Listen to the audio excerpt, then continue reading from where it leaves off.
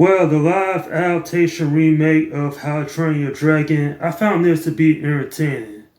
Granted, it doesn't do a whole lot of things differently compared to the animated version, but I find this to be worthwhile in my opinion. To be honest, I had low expectations going into this because a lot of Disney's live action remakes out there, a lot of them are awful. And even if this isn't a live action Disney remake, I was a little bit nervous about how DreamWorks would go about this film. But after seeing this whole thing, I was quite impressed because it didn't change things up all that much. And for people who grew up with the original animated classic, they're going to love this. And kids will definitely have a fun time as well. I will say that the runtime is a little excessive. I think this should have been 90 minutes, but it's not really a big complaint, just a small minor nuisance. And despite how good I find this remake to be, I will consider the animated counterpart to be superior because I find it to be more heartfelt and emotional.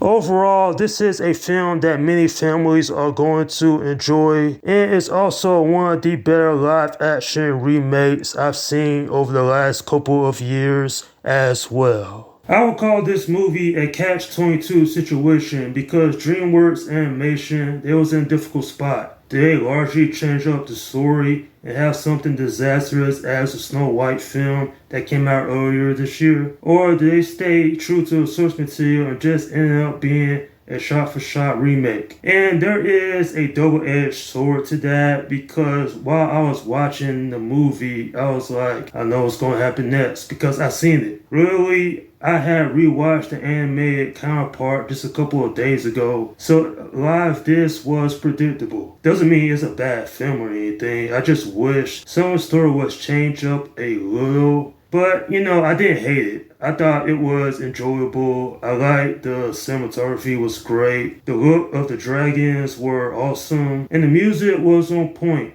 Mason Thames did such a great job in the role. And I'm glad he actually didn't try to mimic the voice counterpart. Because had he tried to do that, it would have came off as awkward and cringe. But one of the things I really did appreciate is that they didn't try to make this character weak or timid. It kept him as strong as he was in the animation, and I really do like how they didn't change that for this remake. Nicole Parker, her acting, it was decent, but she had zero chemistry with Hiccup, and I was like, man, I get that the animation didn't explore their relationship all that much either, but I actually bought the chemistry within that animated film. Here, it kind of feels generic. Gerard Butler, great job as Stoic, coming back once again. When he voiced the character, I was like, if they ever made a live remake, he should come back. I always liked that character. At the end of the day, this movie, it's fun, it's exciting, and it certainly is a standout cinematic adventure. And not only that, but a lot of people will like this because it keeps it plain and simple, and they will be invested with the characters and the story as well.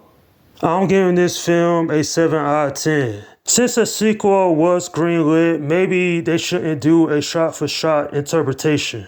But if they do end up doing that, then I won't be 100% against it. It's just this right here, I probably won't go back to rewatch it anytime soon. Just because the animated version is shorter, plus I just find it to be more appealing. Anyway though, DreamWorks Animation did a good job with this and also got me to wonder what other remakes they are planning on making. And that is my review of How to Train Your Dragon. Alright, leave your comments down below in the section and let me know what you think about this movie. Okay, this is Slum Guy 172 saying peace out.